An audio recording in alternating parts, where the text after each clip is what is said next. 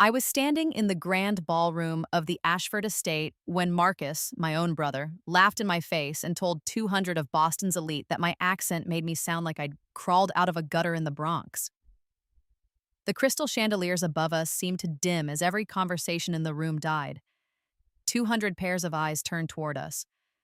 I felt my face burn, felt the familiar sting of tears threatening to spill, but what made my blood turn to ice wasn't the humiliation.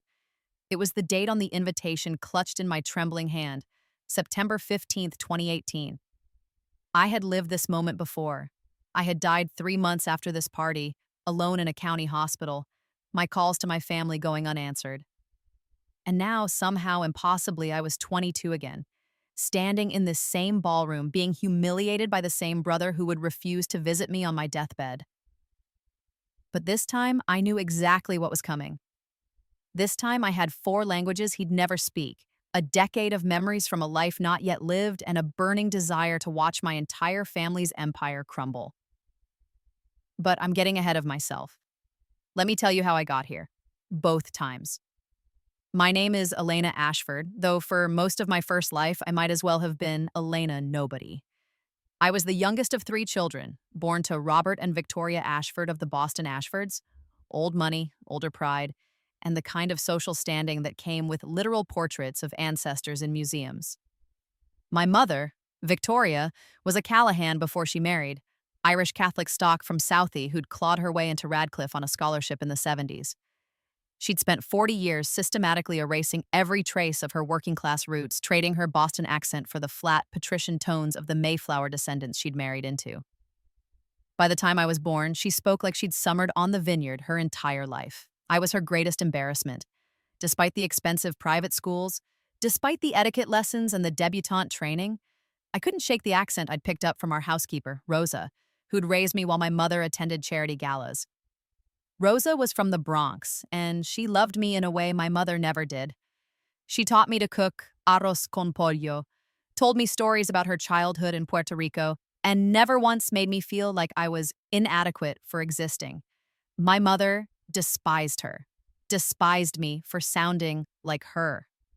My father, Robert, was barely present, a venture capitalist who measured worth in profit margins and saw his children as investments. Marcus, my older brother by 8 years, was the golden child. Harvard undergraduate, Harvard Law, already being groomed to take over the family's investment firm. He'd inherited our father's cold calculation and our mother's social ambition. Then there was Charlotte, my sister, 25 to my 22, beautiful, poised, perfect Charlotte.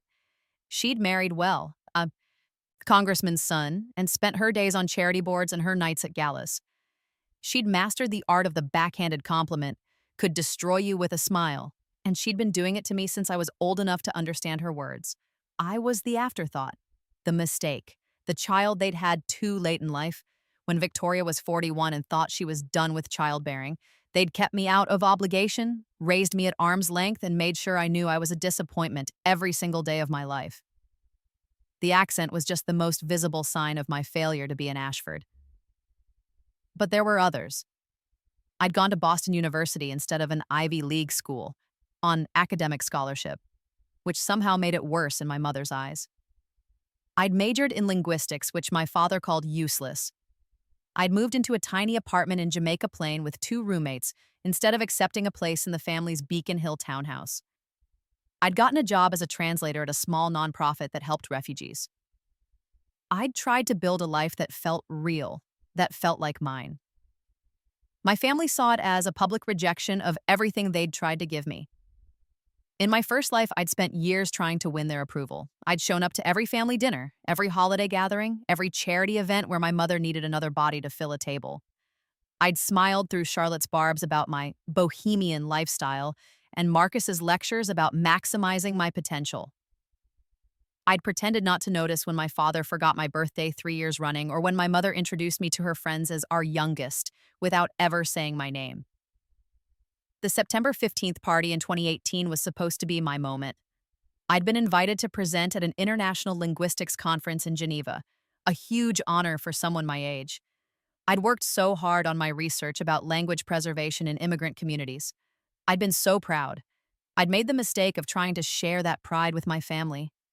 Marcus had been holding court near the champagne fountain, surrounded by young associates from his firm. I'd approached him with my acceptance letter, still naive enough to think he might be happy for me. I'd started to tell him about the conference, about my research, about how I'd be presenting alongside scholars from Oxford and the Sorbonne. He'd looked at me like I was a stain on his custom Tom Ford suit. "Elena," he'd said, loud enough for everyone to hear, "I'm sure your little conference will be very nice, but do you really think anyone there will take you seriously? You sound like you crawled out of a gutter in the Bronx. It's embarrassing." The words had shattered something in me. I'd spent the rest of that party in a bathroom stall crying so hard I'd made myself sick. I'd left without saying goodbye to anyone. That was the last time I'd tried to share anything with my family. The conference in Geneva had been incredible. I'd met Dr. Uneducated Heinrich Brauer, a renowned polyglot and linguist who spoke 17 languages. He'd been impressed by my research, by my passion.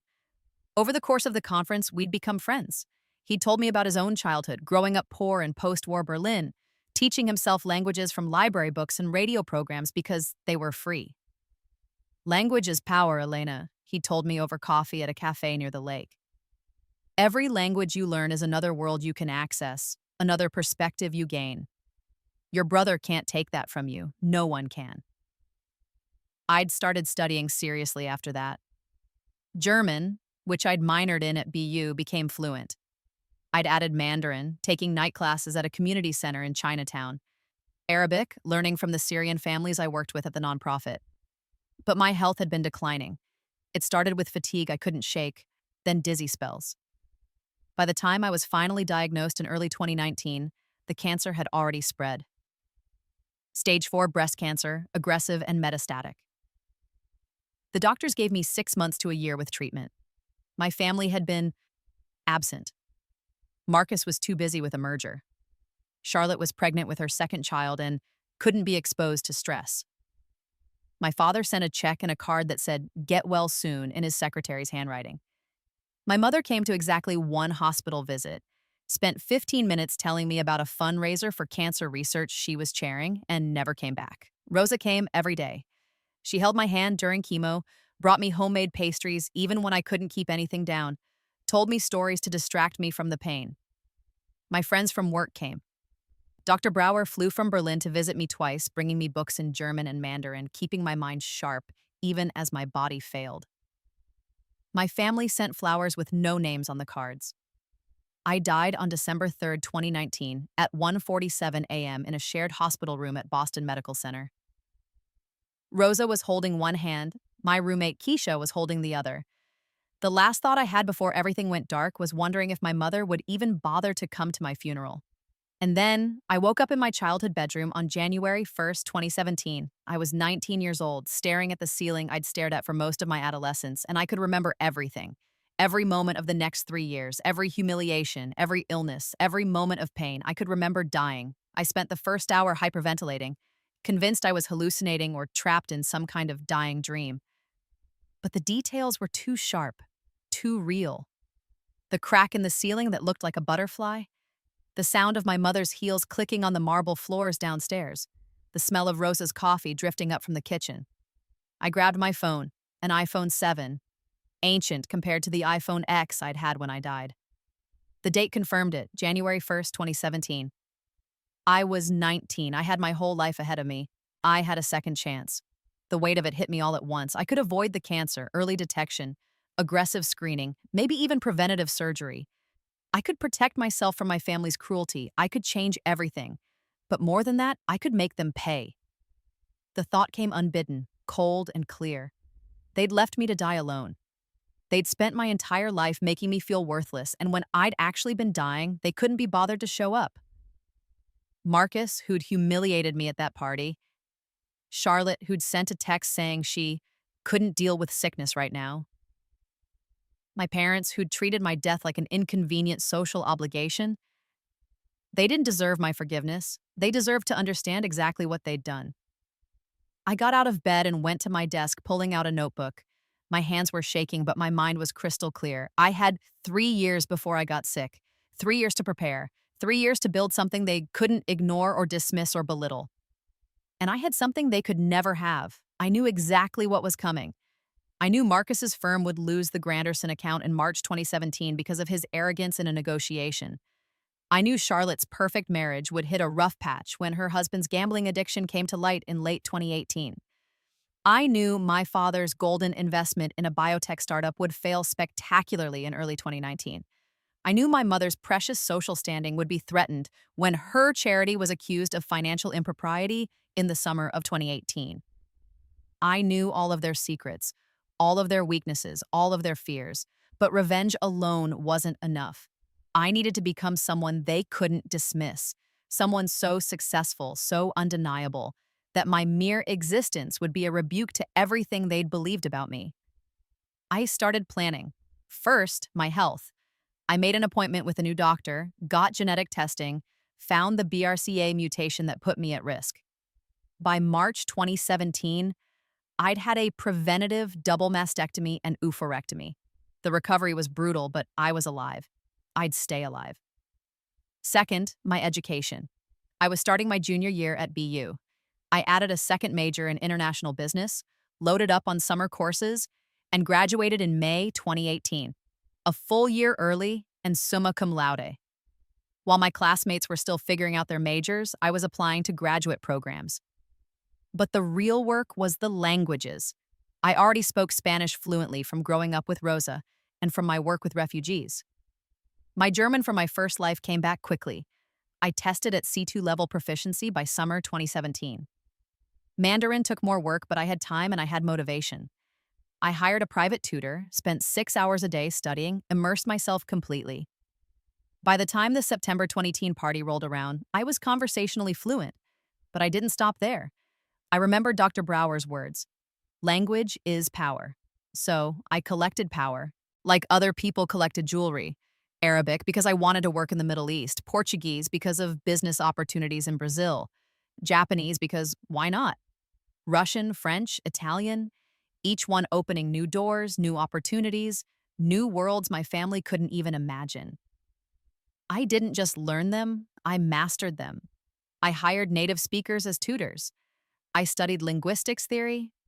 I practiced until I could switch between languages mid-sentence, until I could dream in Mandarin, until Arabic script felt as natural as English. And I documented everything. Every achievement, every test score, every certification. I joined international business organizations, networked with polyglots and linguists around the world, built a reputation in academic circles that had nothing to do with my family name. I became fluent in 7 languages before my 22nd birthday. Marcus spoke English and barely passable French from his prep school days. Third, I built my career. The nonprofit where I'd worked in my first life had been small but connected. I started there again in the summer of 2017, but this time I used my languages strategically. I became indispensable. The only person who could communicate with refugees from Syria, China, Latin America, and West Africa all in the same day. I wrote grant proposals in multiple languages. I built connections with international NGOs. By early 2018, the UN's refugee agency had noticed me. By summer, I'd been offered a position as a junior translator and cultural liaison. It paid better than my nonprofit work, came with travel opportunities, and had the kind of prestige even my family couldn't dismiss. I took the job but kept consulting for the nonprofit. I was building a reputation, building a network, building a life completely separate from the Ashford name. Fourth, and most importantly, I reconnected with my grandmother. This was my secret weapon, my nuclear option. In my first life, I'd never known my father's mother, Eleanor Ashford. She'd had a falling out with my father in the 1990s. Something about him choosing profit over principle in a business deal that had destroyed a longtime family friend's company. She'd essentially disowned him, moved to London, and none of us had heard from her in decades. My father never talked about her. When I was young and asked about grandparents, he'd say curtly that his mother made her choices and we'd made ours. But in my first life, Dr. Brower had told me a story. He'd been at a linguistics conference in London in 2018 and met a fascinating elderly American woman who spoke 8 languages and spent her time funding language preservation projects around the world. Her name was Eleanor Ashford. She'd asked about him, about his work. When he mentioned mentoring a young American linguist named Elena, she'd gone very still. "Elena Ashford?" she'd asked. From Boston? Dr. Brower had confirmed it. My grandmother had asked him to tell her everything about me, my research, my work, my passion for languages. She'd cried, he said, when he told her how dedicated I was, how talented. Tell her, Eleanor had said, that her grandmother is very proud of her. Tell her I'm sorry I wasn't there.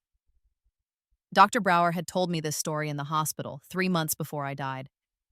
By then, it was too late to reach out, too late to know her. I'd cried for the grandmother I'd never met, for the family I could have had. In this life, I found her immediately. I tracked her down through academic circles, through linguistic societies, through the network of polyglots and scholars who all seemed to know of the brilliant, eccentric Eleanor Ashford. I sent her a letter in February 2017, written in German, her favorite language according to Dr. Brower. I told her about myself, my studies, my dreams. I told her I knew we'd never met, but I'd heard stories and wanted to know her. She called me 3 days later. We talked for 4 hours. She spoke to me in German, then French, then Italian, testing me, delighting in my responses. I told her about my work with refugees, my linguistics research, my passion for language preservation. I told her everything except the truth about how I knew to find her. "You're nothing like your father," she said at the end of the call, and I could hear the relief in her voice. "You're like me. Come visit me, Elena. Come to London." I went in March 2017 during spring break. Her home in Belgravia was everything my family's Beacon Hill house wasn't. Warm, cluttered with books in dozens of languages, filled with art and photographs from around the world. She was 78, brilliant and utterly uninterested in the social climbing that obsessed my parents. She'd made her own fortune, separate from the Ashford family money. After cutting ties with my father, she'd founded a translation and localization company that had become one of the most respected in Europe. She'd sold it in 2010 for an amount that made my father's net worth look like pocket change. She was, in short, exactly the kind of powerful ally I needed. We bonded immediately. She taught me Hungarian and Polish. I told her about my family, carefully, tactfully, but she could read between the lines. "Robert always valued money over people," she said. "I'd hoped he'd be a better father than he was a son. I'm sorry he wasn't." She didn't try to reconcile with my father. She didn't want to meet Marcus or Charlotte. But me? She wanted everything to do with me. By summer 2017, I was her primary heir. She'd changed her will, establishing trusts, setting up foundations in both our names. The Ashford fortune my father thought he'd inherit someday? It was going to me instead, with Eleanor's own considerable wealth added on top. But we kept it quiet. Eleanor understood what I was building toward, even if I never explicitly said it. "Sometimes," she told me, "the best revenge is living well, but sometimes people need to be taught that their cruelty has consequences. You'll know when it's time." Which brings me back to September 15th, 2018. I'd been living my second life for 20 months. I was 22, about to turn 23. I'd graduated from BU early. I'd started my master's program in international relations at Tufts with a full scholarship. I was working part-time at the UN agency and consulting for 3 different NGOs. I'd published 2 papers on language preservation in academic journals. I spoke 7 languages fluently. And I'd been invited to present at the International Linguistics Conference in Geneva, the same one from my first life. My family had no idea about any of this. I'd kept my distance, showing up only when absolutely required. I'd deflected questions about my life, my work, my studies. Let them think I was still their little disappointment, still struggling at my bohemian lifestyle, still embarrassingly un-Ashford. The September 15th party was for Marcus. He'd just made junior partner at his firm, at 30, the youngest in the company's history. My parents were hosting a celebration at the Ashford estate in Cambridge, 200 guests, black tie, the works. I almost didn't go, but then I remembered this was the moment Marcus had destroyed me in my first life, the moment that had crystallized everything wrong with my family. I could skip it, avoid the pain entirely, or I could walk in there and begin the endgame. I chose the latter. I wore a simple black dress, nothing expensive or flashy. I kept my hair down, natural. I wore minimal makeup. I wanted to look exactly like the disappointment they expected, right up until the moment I wasn't. The party was exactly as I remembered. The same guests, the same champagne fountain, the same string quartet playing Vivaldi in the corner. Marcus was holding court near the fountain, surrounded by associates and admirers. Charlotte was on the other side of the room with her congressman husband, already showing with her second pregnancy. My parents were near the entrance greeting guests. I got a glass of champagne and wandered toward Marcus. I had the Geneva conference invitation in my clutch. In my first life, I'd been excited to share it, naive enough to think he'd care. This time, I knew exactly what he'd say. I'd memorized every word. I approached his circle. He saw me and his smile tightened, the expression he always wore when I appeared, like I was a mild inconvenience. "Elena," he said, "you actually came." "It's your big night," I said, my accent exactly as it had been in my first life. Rosa's Bronx influence clear in every vowel. I'd practiced this, worked to make it authentic. "I wanted to congratulate you." "How thoughtful." He turned back to his associates, dismissing me. I pulled out the invitation. "I actually wanted to share something, too. I've been invited to present at a conference in Geneva." He turned back and I saw it. The same expression from my first life. Disdain mixed with irritation, like I'd interrupted something important to tell him about a kindergarten art project. "Elena," he said, and his voice carried across the suddenly quiet room. "I'm sure your little conference will be very nice, but do you really think anyone there will take you seriously?" "Here it comes," I thought. "You sound like you crawled out of a gutter in the Bronx." "It's embarrassing." The room went silent. 200 faces turned toward us. I saw my mother's expression, mortification mixed with resignation. My father looked away. Charlotte smirked. But this time I didn't cry. This time I smiled. "You know what's interesting about that, Marcus?" I said, and I let my voice shift, the accent dropping away, replaced by the crisp, clear tones of educated American English, the kind you hear in international newsrooms. "You assume accent correlates with intelligence. That's a well-documented cognitive bias called accent prestige. It's actually fascinating from a sociolinguistic perspective." His expression shifted, confusion mixed with irritation. I continued, still in English, but my voice clear and confident. "The conference I'm presenting at is the International Congress of Linguists in Geneva. I'll be presenting my research on language preservation in refugee communities. In German, actually, since that's the conference's working language this year." I pulled out my phone, switching to the conference website and handed it to the associate next to Marcus. "You can verify it. I'm the youngest researcher on the panel." The associate looked at the screen, then at me, then at Marcus.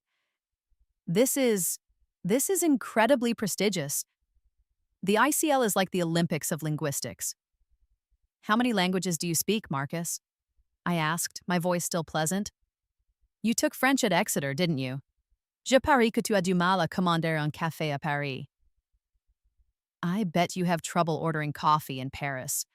His face flushed. "I don't see what—" "Ich spreche 7 Sprachen fließend." I continued in German. "Deutsch, Spanish, Mandarin, Arabisch, Portugiesisch, Japanisch, und natürlich Englisch." I speak 7 languages fluently: German, Spanish, Mandarin, Arabic, Portuguese, Japanese, and of course, English. I switched to Mandarin. "Yu yan shi li liang. 每一种语言都是以相同相信世界的门." Language is power. Each language is a door to a new world, then Arabic. والأكسنت هو مجرد موسيقى اللغة ولا يعكس الذكاء أو التعليم. An accent is just the music of language. It doesn't reflect intelligence or education. I switched back to English, my tone still pleasant, but my eyes locked on Marcus's increasingly pale face. "The Bronx accent you find so embarrassing? It comes from Rosa, who raised me while mother attended galas. Rosa speaks 3 languages, Spanish, English, and enough Taino to keep her grandmother's stories alive. She taught me that language is about connection, not superiority." The room was absolutely silent. Every person was staring at me. "You know what you speak, Marcus? You speak privilege. You speak inherited wealth. You speak the language of people who've never had to prove they deserve to be heard." I smiled. "Those aren't languages I'm interested in learning." I picked up my clutch and turned to leave. "Wait." My mother's voice, sharp and commanding. She pushed through the crowd toward me. "Elena, what is the meaning of this? You can't just—" "Can't what, Mother?" Can't embarrass the family? I switched to perfect, unaccented patrician English, exactly how she spoke. Can't make Marcus look foolish at his own party? Can't reveal that your youngest daughter is more accomplished than both your golden children combined? Her face went white. I'm going to Geneva, I said. I'm presenting research that will be published in the Journal of Linguistic Anthropology. I have a master's degree program waiting for me at Tufts. I work for the UN, and I speak 7 languages that I taught myself because I wanted to connect with people you wouldn't even see as human. I looked around the room at all the shocked faces. You all made the same mistake Marcus did. You heard an accent and assumed incompetence. You heard working class inflection and assumed ignorance. You heard the Bronx and thought gutter. I switched to Spanish, then German, then Mandarin, then Arabic, moving through all 7 languages in a single fluid paragraph about the beauty of linguistic diversity, about how every language carries culture and history and human connection, about how accent is just music and anyone who can't hear that music is the one who's truly uneducated. When I finished, I switched back to English. I learned 4 languages Marcus will never speak, I said. Actually 7, but who's counting? I smiled at him. Oh, wait, I am, in 7 languages. I walked out of the party into the cool September night. My hands were shaking, but I was smiling. That was for you, I thought, remembering the girl I'd been in my first life. The girl who'd cried in that bathroom stall. The girl who died thinking she wasn't good enough. This time, I was more than good enough. This time, I was just getting started. The fallout from the party was immediate and spectacular.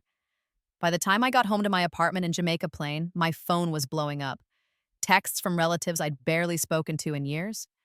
Emails from my parents' friends.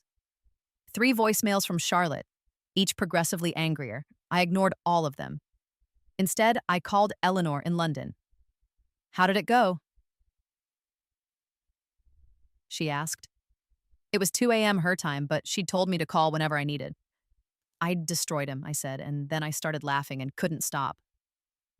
Grandma, I destroyed him in 7 languages in front of everyone he's ever wanted to impress.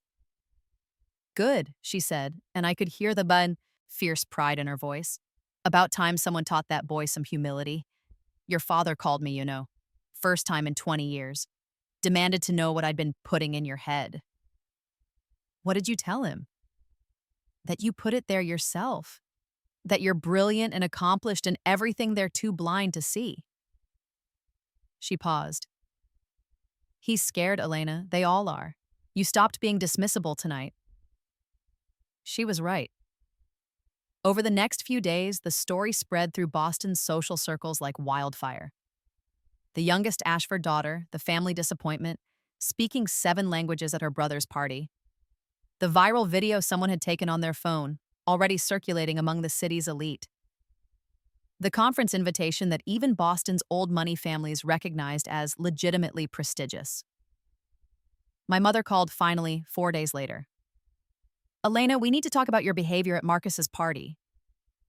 My behavior? I kept my voice neutral. You mean when I responded to his public humiliation by demonstrating my actual accomplishments? You embarrassed him. You embarrassed the entire family. No, Mother. Marcus embarrassed himself. I just made sure everyone saw it. There was a long silence. Then, where did you learn all those languages? From people you looked down on. Rosa taught me Spanish. The refugees I work with taught me Arabic. The Chinese community in Chinatown taught me Mandarin. I learned from people who actually needed language to survive, not just to show off at cocktail parties. This isn't who you are. Actually, I said, this is exactly who I am. You just never bothered to look. I hung up. Geneva was everything I remembered from my first life. But better. I presented my research to a room full of scholars who actually listened, who asked thoughtful questions, who treated me like a colleague despite my age. Dr. Brower was there. We'd been corresponding for a year already in this timeline, and he was delighted to finally meet me in person.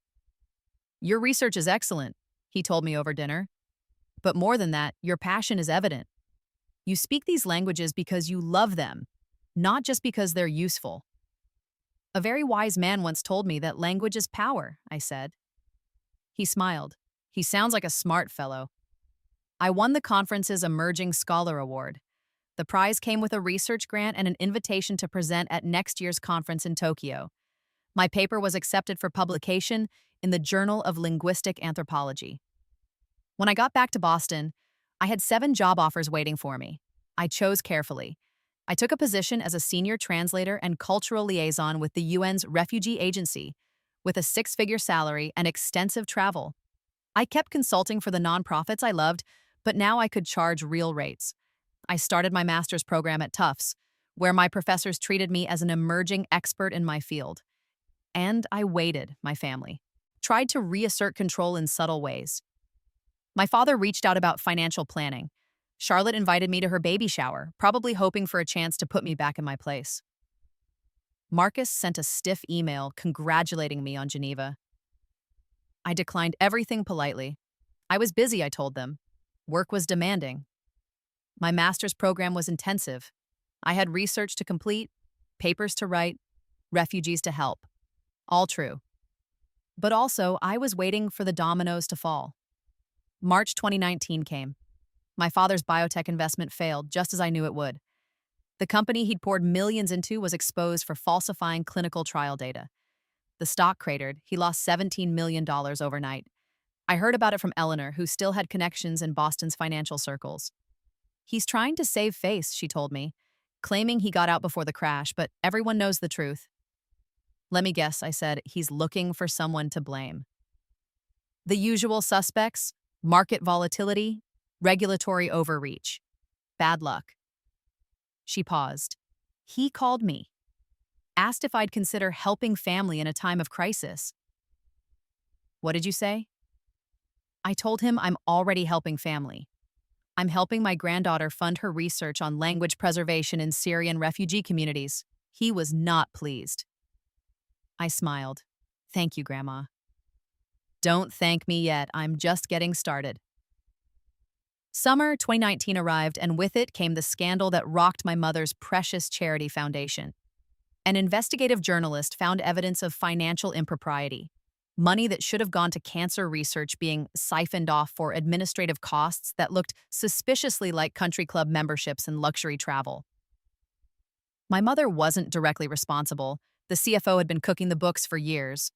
But she was the public face of the foundation, the chairman of the board, the one who'd made cancer research her signature cause, while her own daughter died of cancer in another timeline. The irony wasn't lost on me. The foundation collapsed. My mother resigned in disgrace. The social invitations dried up. The charity boards asked her to step down. The women who'd been her closest friends suddenly had other commitments when she called. I didn't gloat. I didn't need to. I just kept working, kept succeeding, kept building a life so full and meaningful that their drama seemed small and far away. Charlotte's perfect marriage imploded in August. Her husband's gambling addiction, hidden for years, came to light when he was caught embezzling from his father's congressional campaign fund to cover his debts. The divorce was messy and public. The press loved it. She called me, finally, desperate. Elena, I don't know what to do. The lawyers are saying I might lose everything. The press won't leave me alone. I need help. What kind of help? Money, a place to stay, legal advice, I don't know. Anything. I thought about my first life, about Charlotte texting me that she couldn't deal with sickness right now when I was dying, about her smirking at Marcus's party when he humiliated me, about 22 years of backhanded compliments and casual cruelty. I'm sorry you're going through this, I said. I really am, but I can't help you. Why not? You clearly have money now. Grandmother must be giving you. This has nothing to do with money. You never helped me. Not once. Not when I needed you, so why would I help you now? Because I'm your sister. No, I said. You're someone who shares my DNA. Rosa was more of a sister to me than you ever were. I hung up while she was still sputtering. Marcus's fall was the most satisfying. His firm had been riding high after making him junior partner.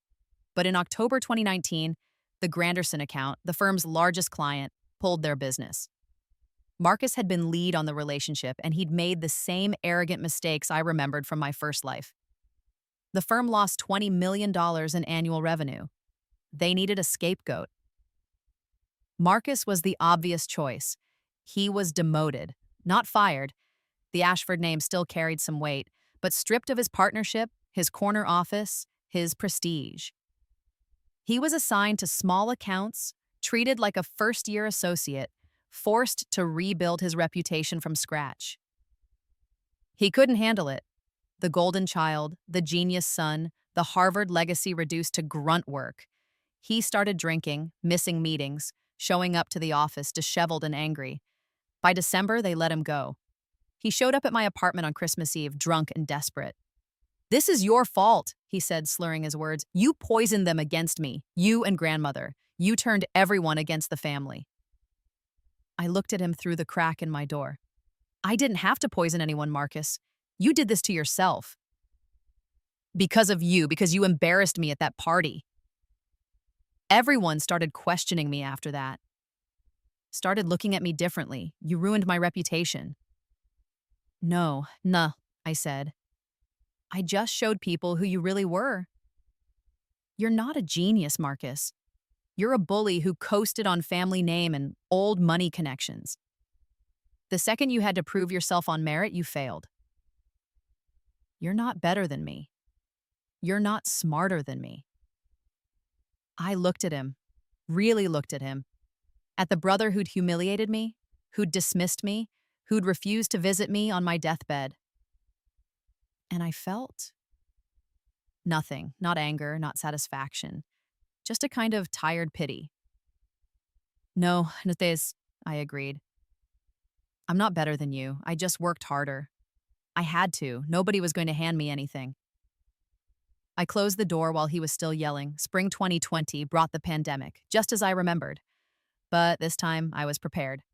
I'd already started wearing masks in late February, had stocked up on supplies, had warned Eleanor to do the same.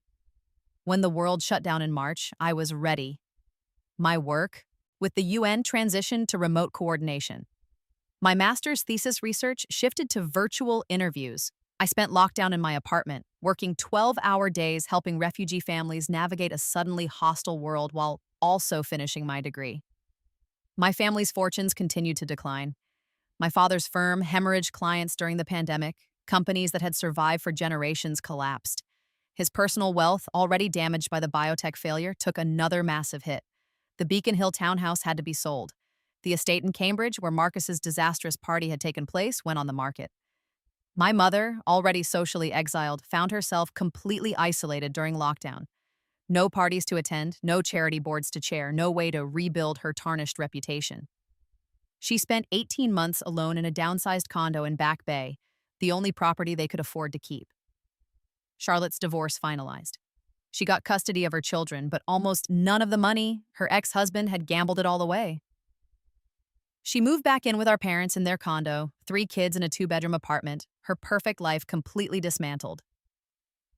Marcus never recovered from his firing. He bounced between consulting jobs, none lasting more than a few months. His drinking got worse. By early 2021, he was in rehab. It didn't take. And me, I thrived. I finished my master's degree in spring 2020, graduating at the top of my class despite the pandemic. I was promoted at the UN, given oversight of refugee language services for the entire northeastern United States. I published 3 more papers. I was invited to speak at conferences in Tokyo, Beijing, and Brussels, all virtual because of COVID, but prestigious nonetheless. Eleanor and I launched a foundation together, the Ashford-Brower Language Preservation Initiative. We funded linguistic research, supported language revival projects in indigenous communities, and provided translation services for refugees. We poured millions into it, Eleanor's money, the money that would have gone to my father if he'd been a better son. The foundation's name was deliberate, Ashford-Brower, Eleanor's name, and Dr. Brower's, and by extension, mine. Not Robert Ashford, not the Boston Ashfords. A new legacy built on the values my father had rejected. My father called when he heard about it. It was the first time I'd spoken to him in over a year. That's family money, he said. Mother's money should go to family. I am family, I said. You just never treated me like it. Elena, I know we haven't always seen eye to eye. Eye to eye, Dad? You forgot my birthday 3 years in a row. You sent a check when I had cancer. I stopped myself. He didn't know about the cancer in this timeline. You never once treated me like I mattered. That's not true. We gave you everything. You gave me nothing that mattered. Rosa gave me love. My friends gave me support. Grandmother gave me respect. You gave me money and contempt. Guess which one I needed more? I hung up before he could respond. By fall 2021, I had everything I'd dreamed of in my first life and more. I'd completed my master's degree and been accepted into a PhD program at Harvard, the Ivy League school I'd never quite been good enough for in my family's eyes. I was doing research on multilingualism and identity formation in refugee populations. I was teaching a course on applied linguistics. I was consulting for the UN, for NGOs, for international law firms that needed expert translators. I'd published my first book, a popular linguistics text about language preservation and cultural identity. It was being translated into 12 languages. NPR interviewed me. The New York Times reviewed it favorably. I was fluent in 9 languages now. I'd added Russian and Hindi during lockdown. I'd bought a beautiful condo in Cambridge, walking distance from Harvard. I'd furnished it with art from refugee artists, books in every language I spoke, photographs from my travels around the world. It was mine, earned by my own work, untainted by family money or expectations. I was dating a lovely man I'd met through work, a human rights lawyer who spoke 4 languages and thought my Bronx-inflected Spanish was charming. He'd never heard of the Boston Ashfords and didn't care when I told him. I was happy, actually, genuinely happy, and my family was in ruins. My father had declared bankruptcy in the summer of 2021. The Ashford family fortune, built over generations, was gone. The firm closed. The properties were sold. Everything gone. He reached out one last time in October. I need help, he said. Elena, I'm your father.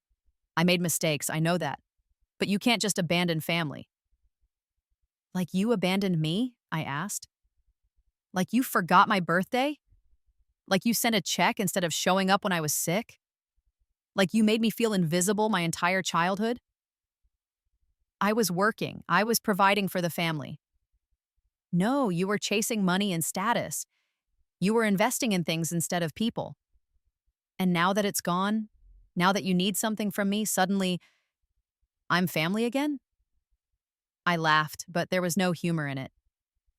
Dad, I was always family. You just never acted like it. So that's it? You're just going to watch us lose everything? I thought about it carefully. Thought about mercy and forgiveness and family bonds. Yes, I said. I'm going to watch. Because you watched me struggle for 22 years and never lifted a finger.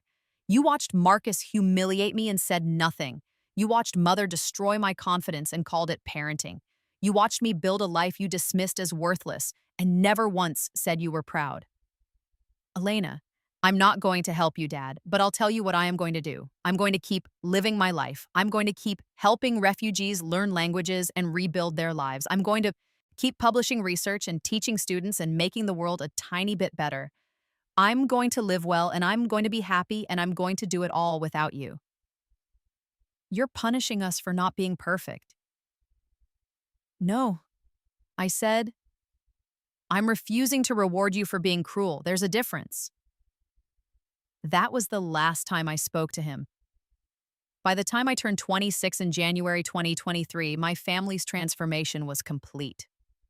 My father was working as a consultant for a small investment firm in Worcester. He'd lost everything: his money, his reputation, his pride. He and my mother had divorced, unable to withstand the financial and social pressure. He was living in a studio apartment in a suburb I'd never heard of. My mother was teaching etiquette classes to nouveau riche families in Connecticut. The woman who'd spent 40 years perfecting her patrician accent was now coaching tech wives on which fork to use. The irony would have been funny if it wasn't so sad. Charlotte was managing a Target in Framingham. She'd lost custody of 2 of her 3 children, The gambling addiction had apparently run in her ex-husband's family, and she'd developed her own problems with spending and debt. She was living with a roommate in a two-bedroom apartment, working 50 hours a week, barely scraping by. Marcus was in and out of rehab. I heard through extended family that he'd hit bottom hard: DUIs, bar fights, a complete collapse. He was living in a sober house somewhere in New Hampshire, working at a call center, trying to put together 90 days clean. And me? I was Dr. Elena Ashford now. I'd defended my dissertation in December 2022, a comprehensive study on multilingual identity formation that was already being cited by other researchers. Harvard offered me a postdoctoral fellowship. I'd signed a contract for my second book. I was being courted by think tanks and international organizations. I was engaged to David, the human rights lawyer. We were planning a small wedding in the spring, just close friends, Rosa and her family, Eleanor flying in from London, Dr. Brower from Berlin. No Ashfords except Eleanor and me. I'd recently been invited to join the board of a major international translation organization. At 26, I was the youngest board member in the organization's history. I spoke 11 languages fluently now. I'd added Korean and Swahili because I'd been working with refugee populations from those regions. I was teaching a graduate seminar at Harvard called Language, Power, and Identity. On the first day, I told my students about accent bias, about linguistic prejudice, about how people use language to maintain social hierarchies. I want you to think about this, I said. Every time you hear someone speak with an accent and assume something about their intelligence or education, you're participating in a system of oppression. Every time you mock someone's grammar or pronunciation, you're wielding language as a weapon. I told them about Rosa, about how she'd loved me in Bronx-accented English and Spanish, and taught me that language was about connection, not correctness. I told them about the refugees I'd worked with, brilliant people whose accents made employers dismiss them. I told them about my research in Geneva, about publishing in prestigious journals, about building a career in linguistics. I didn't tell them about Marcus and the party, but I thought about it. Language is power, I said, but it's not the power to exclude or diminish.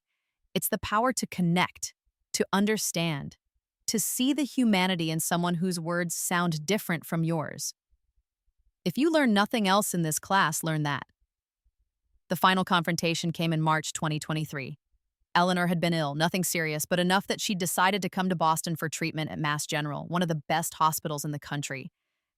She was staying with me in my condo during her recovery. We were having breakfast when the doorman called up. "Dr. Ashford, there's a Robert Ashford here to see you. He says he's your father." I looked at Eleanor. She raised an eyebrow.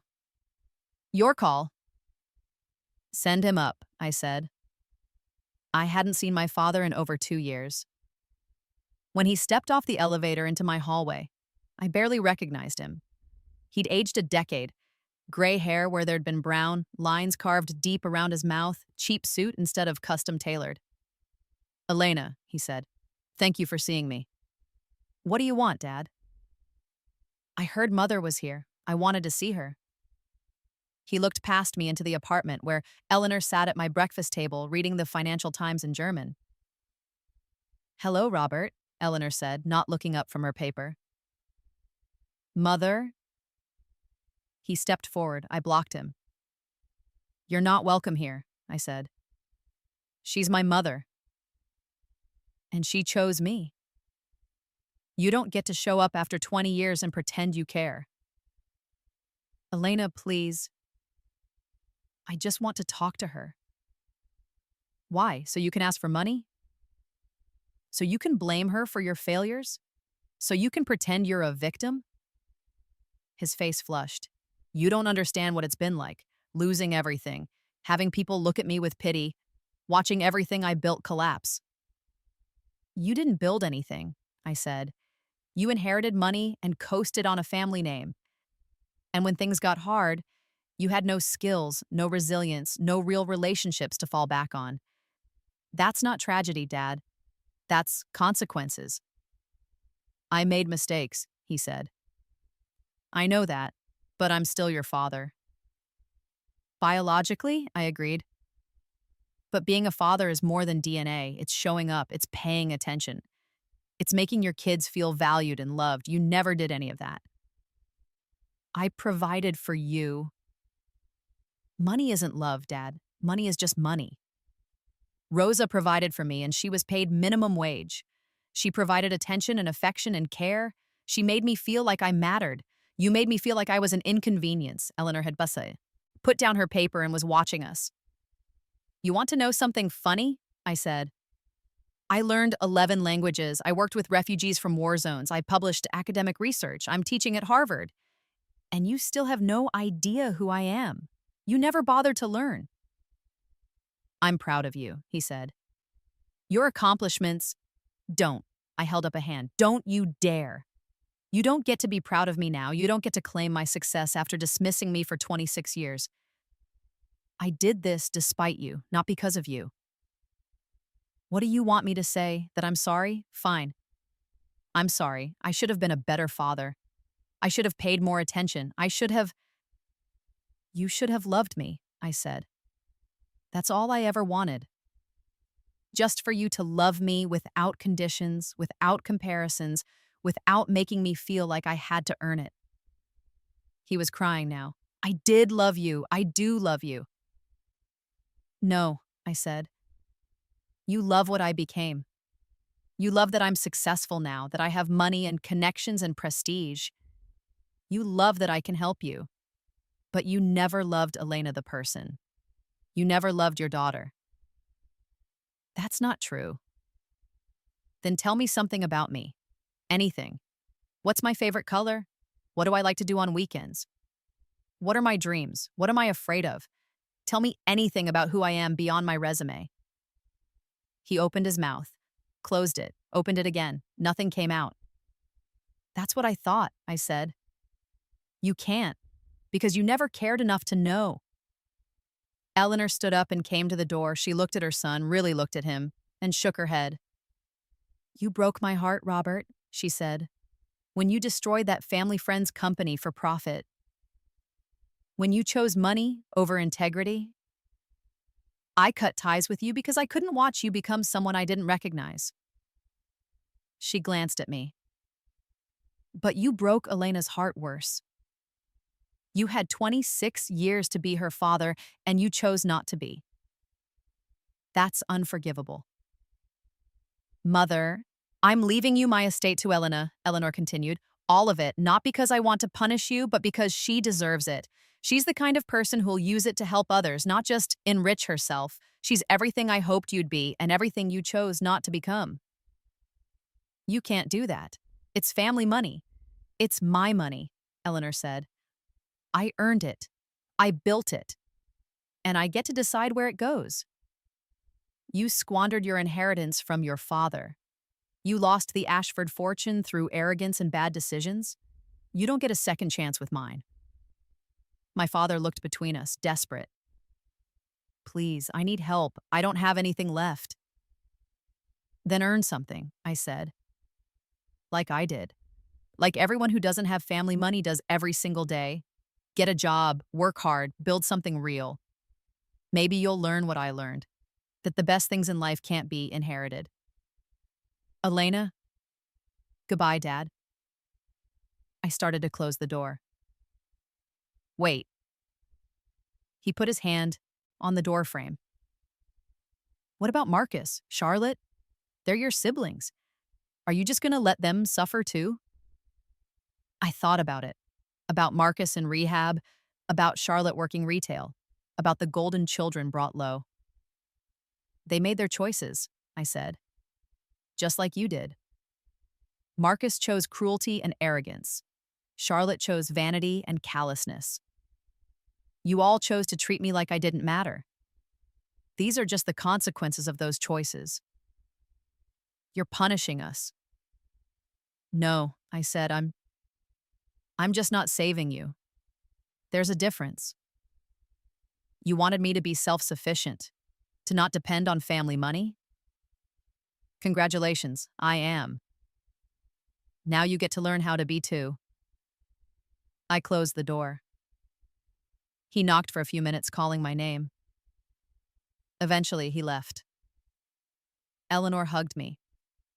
That was hard. It was necessary, I said.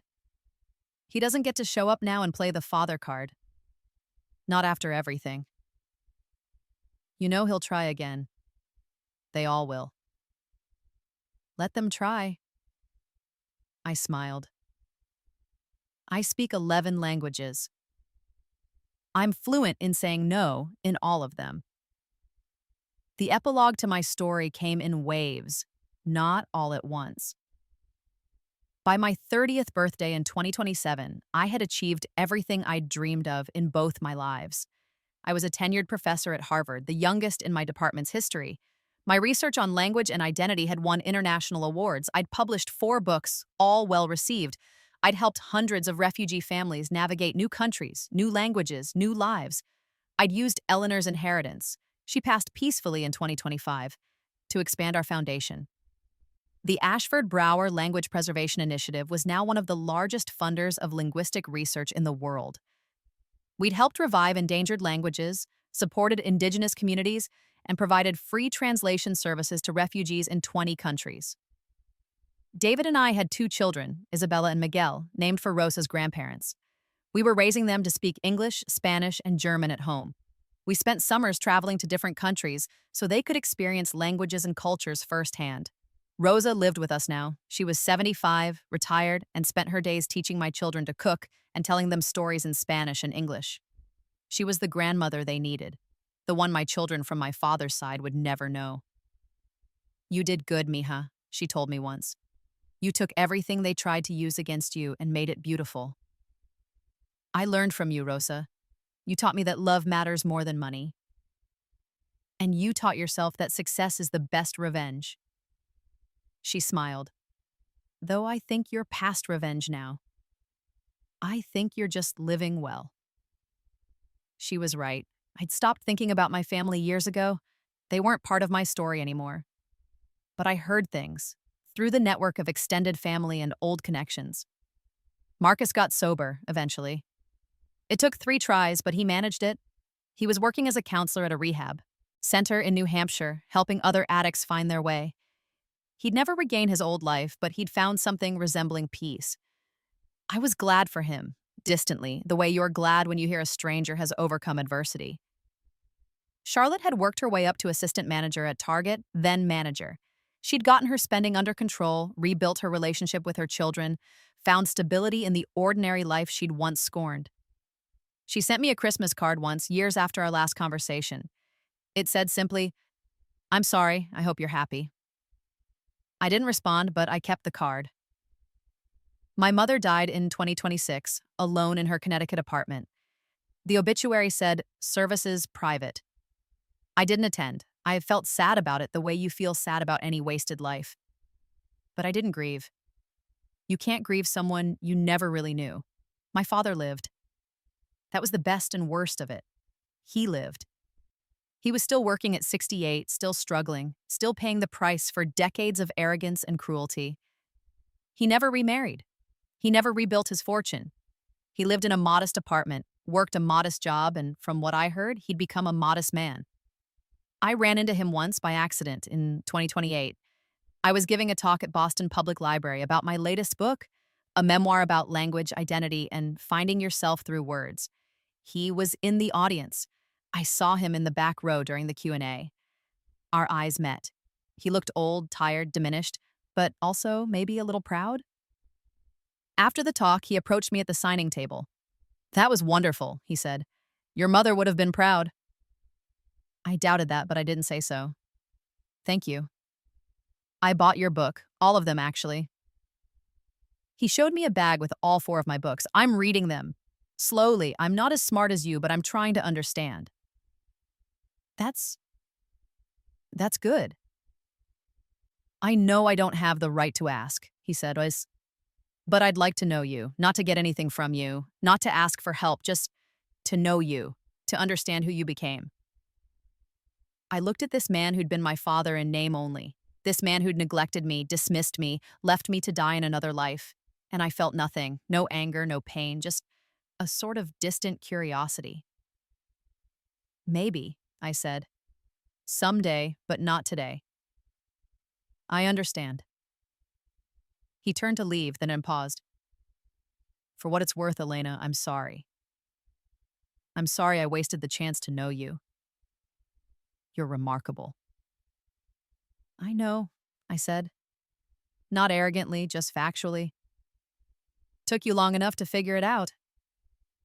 He laughed, sad and broken. It did.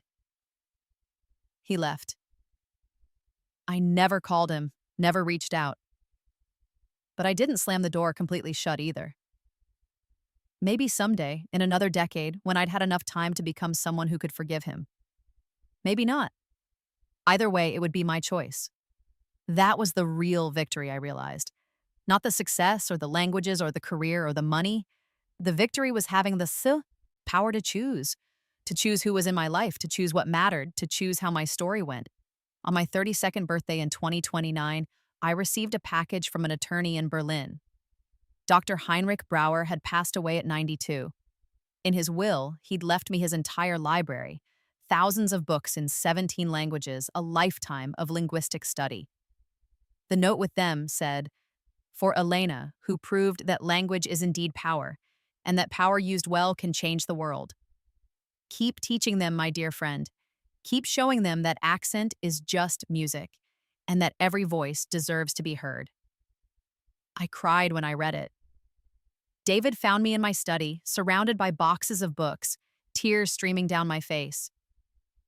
He saw me, I said, when no one else did, when my own family couldn't be bothered to look.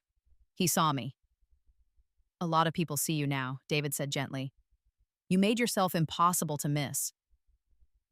That was true, but it had been the people like Dr. Brower, like Rosa, like Eleanor, the people who'd seen me when I was invisible, who'd made it possible. I set up a scholarship in Dr. Brower's name. Full funding for students from marginalized communities studying linguistics. First-generation college students, immigrants, refugees, anyone who'd been told their accent was wrong, their language was inferior, their voice didn't matter. The first recipient was a young woman from Somalia who spoke 5 languages and dreamed of becoming a UN translator. She reminded me of myself at her age, hungry for knowledge, desperate to prove herself, carrying the weight of family expectations and cultural prejudice. You belong here, I told her at the award ceremony. Your accent is beautiful. Your languages are powerful. Your voice matters. Don't let anyone tell you otherwise. She cried. I cried. Rosa, watching from the audience, cried. You made it, mija, Rosa told me afterward. You took everything they tried to break you with and made it beautiful. Your brother said you sounded uneducated. Look at you now, a doctor, a professor, a published author. Speaking all these languages he'll never learn. 11 languages, I said. I added Farsi and Urdu last year. 13, you mean, Rosa corrected. You speak Taino words I taught you. That's a language too. And you speak love. That's the most important language of all. She was right. I spoke the language of love. The language Rosa had taught me, the language Dr. Brower had demonstrated, the language Eleanor had given freely. It was the language my birth family had never learned, and it was the one that mattered most. I'm 33 now. I've lived more in this second life than I ever did in my first. I've traveled to 50 countries. I speak 13 languages fluently. I've published 7 books, hundreds of academic papers, and countless articles for popular audiences. I've helped thousands of refugees, trained hundreds of translators, and taught thousands of students. Have a beautiful family, a husband who loves me, children who delight me, friends who challenge and support me. I have work that matters, research that makes a difference, a life full of purpose and meaning. I have Rosa, who still makes arroz con pollo every Sunday and tells my children stories about her grandmother in Puerto Rico. I have the legacy of Eleanor and Dr. Brower, who saw my potential and helped me realize it. I have the satisfaction of knowing that I built this life myself, with no help from the family that dismissed me. That I took their cruelty and their neglect and transformed it into fuel for something beautiful. And I have my accent. I kept it, deliberately. I can speak in perfect patrician English when I need to, when I'm giving lectures, when I'm in professional settings. But when I'm home, when I'm with Rosa, when I'm talking to refugee families, I let Rosa's Bronx influence color my words. It's a choice now, not a liability. It's part of my identity, not something to be ashamed of. Marcus said my accent made me sound uneducated. He said it to humiliate me, to put me in my place, to remind me that I wasn't good enough to be in Ashford. He was wrong. My accent made me sound like someone who'd been loved by Rosa, someone who'd learned that language was about connection, someone who'd chosen humanity over status. My accent made me sound like someone who could speak 13 languages, someone who could build a career on words, someone who understood that the music of language mattered more than arbitrary rules of prestige. My accent made me sound like me, and after 2 lifetimes, I finally knew that being me was enough, more than enough. It was everything. Sometimes I think about that moment in the ballroom in September 2018. I think about the girl I was in my first life, crying in a bathroom stall, believing her brother's words. I think about how she died thinking she wasn't good enough. I wish I could go back and tell her what I know now, that Marcus was wrong, that she was brilliant and capable and worthy of love, that her accent was beautiful, that she'd survive and more than survive, she'd thrive. But I can't go back to that life. I can only live this one. So I do. I live it fully, joyfully, purposefully. I speak my 13 languages. I help my students find their voices. I raise my children to value people over prestige. I honor the memories of those who saw me when I was invisible. And every time I speak, in English, in Spanish, in German, in Mandarin, in Arabic, in any of the 13 languages I command, I think about Marcus's words at that party. You sound like you crawled out of a gutter in the Bronx. And I smile. Because I sound like love. I sound like resilience. I sound like someone who learned 13 languages he'll never speak, who built a life he'll never live, who found happiness he'll never know. I sound like victory. And that, besides, in 13 languages is the sweetest sound of all.